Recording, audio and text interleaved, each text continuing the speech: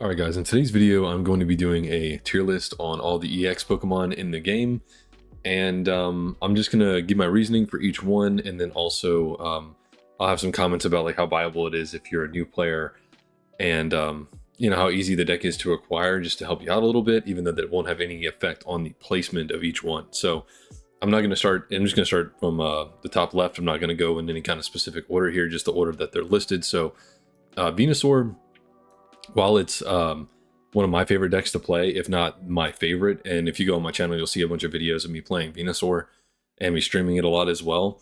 It is a little slow, and then also you have a stage 2 issue where you have to see Bulbasaur, Ivysaur, and Venusaur within like a, you know, some kind of like reasonable timeline. Otherwise, you leave yourself open for Sabrina plays, which is another big problem with this deck, because if you lead with, you know, a Kangaskhan or an Exeggutor or something like that, and you're trying to build up a Bulbasaur on the back line, if you don't find another basic along with those other two, you can open yourself up to getting Sabrinaed. And unfortunately, Ivysaur has 90 HP, which means it gets killed by a Pikachu or a Starmie, which is not good when you're trying to set it up, obviously. But the good thing about Venusaur is if you are able to get that ideal situation where he's basically alone, isolated on the board, and your opponent has no Sabrina plays, there's a lot of decks that have a really hard time knocking him out, and for some decks it's just actually impossible, especially if you have like an Erica or a couple of potions, or an Erica and a potion, for example. Pikachu has a really hard time KOing Venusaur because most of the time the max damage output is 90, and Erica and Venusaur's effect to heal for 30 makes it to where they effectively skip their turn because they only did 10 damage. Water decks also have a very similar problem if you manage to set up the Venusaur, because their highest damage output tends to also be 90. With Starmie, obviously that goes to 100 with Giovanni, but that 100 also just really doesn't matter if you draw Ericas. And usually if you set up the Venusaur, the game has gone on so long, they're usually sitting on at least one Erica and one potion by the time you set this board state up. So it doesn't have horrible matchups against the meta. The problem is that it can stumble on itself, and if it does, the really fast decks are going to give it a problem. Another thing that I like about the deck is specifically the Exeggutor version is Exeggutor doesn't die to side drive on its own, and makes the Mewtwo player have to have Giovanni. Now most Mewtwo decks run 2 Giovanni, but it makes them have it. And I'm going to put Exeggutor, honestly, I think in a vacuum by itself, I think Exeggutor is actually an A tier. And that's because when you go first in Pokemon TCG Pocket, most of the time that is a detriment unless you have an evolution deck, specifically an evolution deck that has a 1 energy, very powerful attack. And Exeggutor is going to deal 40 damage no matter what, and potentially 80 damage if you flip heads. And so by itself, I think it's really strong. In the current meta, in the deck that it's in, I would place it in the B tier. But if I'm just judging it just by the EX card, I think I have to put it in A tier because it's just so huge. It's got 160 HP. The damage output's great. It's only stage 1. It doesn't require a bunch of setup. Whenever they print another, or come out with, I say print, it's a digital card game. Whenever they come out with another strong EX, maybe stage 1 or even basic grass Pokemon, Exeggutor and whatever that is will also be, I think, a tier 1 deck and will be an absolute force to deal with. So for that reason, I'm gonna put it there. Charizard, man, B tier. I'm not gonna put it all the way in C tier, but the problem is kind of suffers a lot of the same fate that Venusaur has, where you have to have the Charmander, Charmeleon, and the Charizard all within a reasonable period. They can also get disrupted to Sabrina plays. Generally those decks set up with Moltres. Moltres then needs to flip more than 1 heads out of the 3, which they don't get a lot of the time, which means they're going to have to attack again with the Moltres. So if you're running a Pikachu or a Starmie or something like this that can really punish Moltres, you can really mess them up before they can get there. And if you KO the Moltres, then their entire backline is susceptible to Sabrina, which makes your opponent only want to really have the Charmander line on the bench. But if that's the case, then they're also easy to disrupt, because then you can Sabrina that line and start poking at it before they get to the Charizard. Really similar disruption plays between the Venusaur and Charizard decks. Now Charizard has the benefit of also being able to one-hit everything in the game at the moment, including itself. And that's obviously really strong, and you want to put 5 energy on it so you can do it twice in a row. Really similar to how you want to do that with Mewtwo, so you can do 2 side drives in a row. But I think the deck just suffers from stumbling, just like the Venusaur, and this is a common stage 2 issue. And you know, just bad luck with the Moltres. So I don't think it's quite as good as the best decks, and also as a card on its own. Obviously, you can't judge this one completely on its own because it's so heavily obviously needs a support Pokemon. But you know, the deck, the card, B tier, I think. Arcanine, there's basically almost no reason to play this. I'm actually just going to go ahead and put it in C tier. While it's not so much worse than the other ones I've already listed, the power level gaps are so small in this game, it just deserves to be in C tier. It's not as good as Venusaur. It's not as good as Charizard. It doesn't belong in the same world. If it did not damage itself, I would probably put it in B tier. But Cinescorch is a non-EX Pokemon, and for 1 more energy does the same thing, but it has the benefit of not being EX and also doesn't damage itself. And so if you're looking for a partner to go with Moltres, I think Cinescorch is just a better partner. And Growlithe is also just so bad that it hurts Arcanine, even though that's not a direct reflection of Arcanine. So yeah, Arcanine goes there. Moltres, I think, is probably the top of B tier, and I'm more looking at this through the lens of longevity and future cards and development, because Moltres is a fantastic ramp option, one of the best in the game. Can absorb damage if it has an energy on it already, which it will, just to use its first attack, and then you have an X speed. It can absorb a lot of damage and switch out into the thing that you're actually ramping into. So I think Moltres is really good. I think it's fantastic. Not sure if it really goes ahead of Venusaur or not. I just think Moltres is going to have more longevity throughout the course of the game's lifetime than maybe Venusaur will, but it's hard to say. You know, it's just a good card. It's solid, and I think it's just going to continue to be played. Blastoise, I think, is worse than Venusaur and Charizard, and that's mainly because it takes so much energy investment, and without a good Misty Flip, it's really hard to justify putting 5 energy on it just to deal some extra damage. 3 for 100 is okay. Venusaur is 4 for 100, but you get the guaranteed heal. Venusaur does have more HP, which is relevant. And more importantly, the surrounding cards of the other archetypes in B are just better than the ones in C. Basically, people just pair Blastoise with Starmie a lot because Starmie's just, you know, the best water Pokemon in a vacuum. It's very possible that Blastoise can get a lot better in the future, depending on future water cards, but for now it's almost like a why bother card, and that's kind of what this C tier is, where it's like, why would I play this deck when I can play these other decks, you know, barring, you know, just not having access to them because you just started your account, right? But it's not to say that you can't win games with the decks that are in the C tier. They're just slight, you know, power level differences. Obviously between A and C it's more than slight, but really between B and C it's not too crazy. Okay, so now we get to Starmie. Starmie is, without a doubt, essentially at the pinnacle of the game, and that's for a few reasons. So Starmie for 2 energy deals 90, which is just ridiculous, with no conditions, unlike Pikachu. 130 HP, which is also ridiculous. So for example, Mewtwo attacking into it twice for 50, and even if they had double Giovanni, can't knock it out like they can with Pikachu. That extra 10 health is really crazy.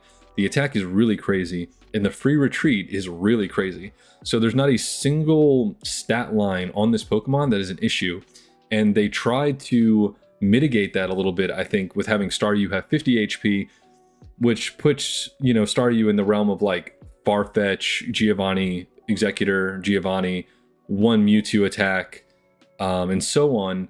But the amount of times that you can actually punish your opponents for having the 50 HP Staryu is really low. And so even though that's a slight nod to how powerful Starmie is, it by no means actually eliminates the issue.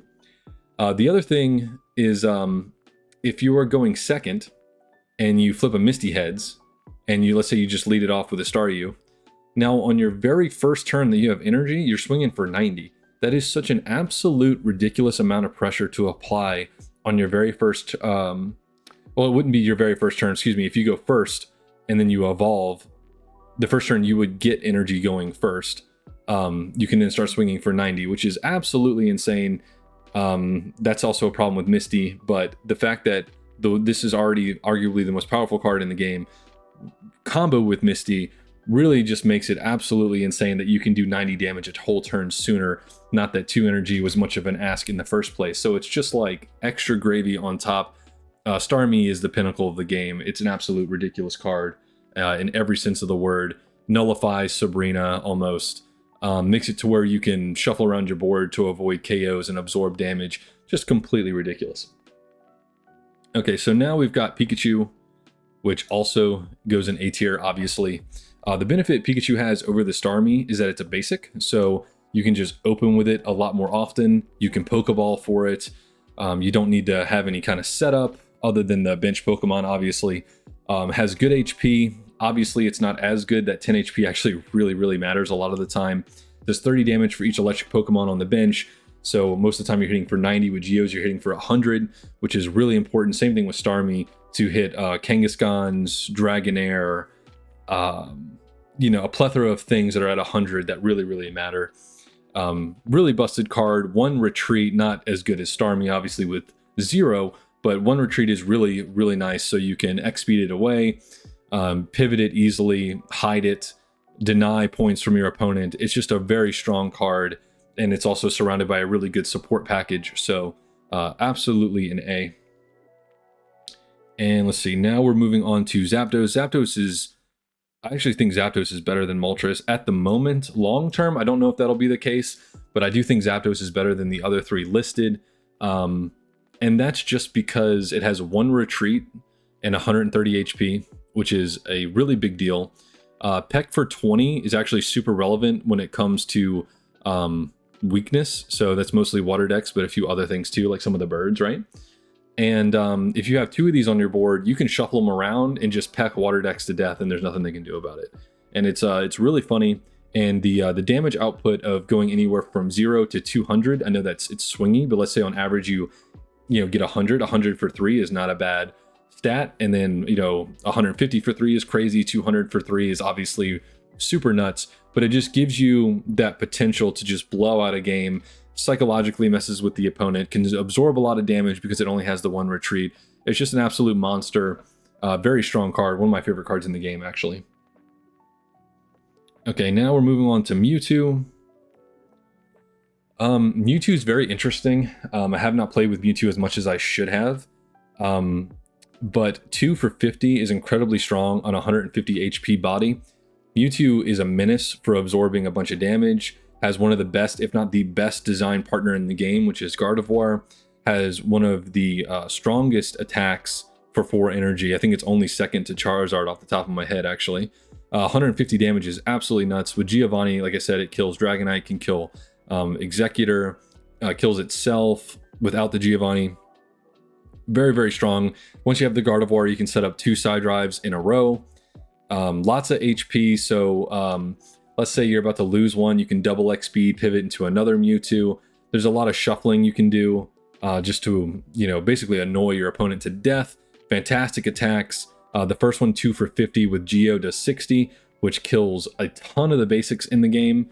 And that's really important because if you can basically steal a KO early with the lead, then you can just side drive anything else after that, almost guaranteed, unless they're running like Blastoise, Venusaur, or Charizard. And even if they are, you can Sabrina something else and KO that. So really easy to get that first KO with Mewtwo. Really easy to get the last one as well if it's on an EX Pokemon. And again, one of the best support cards are with Mewtwo. So just really strong. Marowak, I think, might be at the very pinnacle of B tier. And this card is just this absolute scariest card in the game, I think. Marowak will make you very nervous basically instantly. So if your opponent is going second and they just go energy and they pass back to you and then they slap Marowak down and put another energy on it on their second turn, you're in big trouble if they flip more than 1 heads, because it'll put you back so far. The game's basically over at that point. Now, the reason why it's in the bottom of B tier and not the end of A tier is because all the cards in A tier are really good regardless of any RNG. And the only one in A tier, by the way, that I would still consider A tier is Exeggutor, and you could argue that really just belongs at the top of B, but I'm looking long-term as well, not just at the moment. But Starmie, Pikachu, and Mewtwo don't have any RNG elements. Exeggutor barely does. Basically, I'm saying I'm fine with Exeggutor having 1 energy for 40, and if you get 80, wonderful. If not, it's just a really fat Farfetch'd that's not going to die because you have potions and Ericas, right? But since Marowak can hit for 0, and it hits for 0 a lot, or 80, which still isn't bad, but that's still the same damage output potentially as Exeggutor with lower HP and having the downside of potentially having 0 instead of a guaranteed minimum 40, I think it just belongs at the very top of B, but boys, it's scary. It is the scariest card in the game. If you want to just stress your opponents out, play Marowak and, you know, just enjoy it. So Wigglytuff is next. This is definitely C tier. Wigglytuff might have more legs once we get the Jigglypuff that puts your opponents to sleep. But for right now, 3 energy for 80 for potentially robbing your opponent of an attack is just not quite worth it yet. I could see it moving up in the future if it's supported better. But as for now, C tier for certain. Next up, we have Lapras. I think Lapras, it's pretty hard to evaluate because it's not actually out yet at the time of this recording. I don't think it belongs in A tier. I think it belongs in B tier. I'm not exactly sure where in B tier, but it does heal itself for 3. The problem is it doesn't have an attack before then like Articuno does, which is really important, especially if you flip like 1-heads with a Misty, for example. So, oh, and the other thing that really I think makes it inferior to Articuno at the moment, at just evaluating it now, is that it has triple retreat cost and not 2, which can really matter because Articuno is excellent at absorbing damage and pivoting away with an X speed. Not to mention it has an attack sooner. So I think Articuno is just a superior Lapras as of right now, but that is subject to change. I could be wrong, but I think just having 1 more energy cost for retreat is too much for now, and not having the ability to swing for anything besides 80 for 3. So Articuno just seems more flexible. The Blizzard's just better for doing damage on the board, which Lapras also isn't able to do. Now the self-heal, granted, it can be annoying, but I think more often than not, I think Articuno might just be the better card. I do think that Lapras is better than everything in C tier currently, but really hard to say exactly where Lapras goes. Machamp is really interesting. I think Machamp is also in B tier. Machop is 70 HP, 1 energy, 20, so it's already over the average stat line, which is good. Machoke is 2 energy for 50, which also is not bad. So whenever they have a progression that makes sense and that is good, I really like that with the stage 2s. And then Machamp's just 120 for 3, so you can hit Pikachus in 1 hit. With Giovanni, you can knock out Starmies with 1 hit. The reason it's not as good as some of the other cards in the set is because, again, it suffers from a slight stage 2 issue, and it's just very linear. And I think Machamp is lacking a very solid partner to go along with what he's doing. So I think right now he's in B tier, and then same thing here. I'm going to put Gengar in B tier as well. I don't know exactly where, might be ahead of Machamp. Has a very unique ability. But I think what actually holds Gengar back, at least in this first set, is that it needs 3 Psychic Pips. So it's really hard to have a good partner. If it had like an Alakazam spread, or was like colorless, Psychic, then you could partner it with things like Weezing and stuff like that, and it would be a lot easier to set this up. It could be an absolute menace. It would probably be too good at that point. But for right now, it doesn't have a really solid partner to go with. It's really interesting. I want it to be good, but it's just not quite there yet. So with all that being said, I hope you find some of this informative and useful. I appreciate you watching, and I will see you guys soon.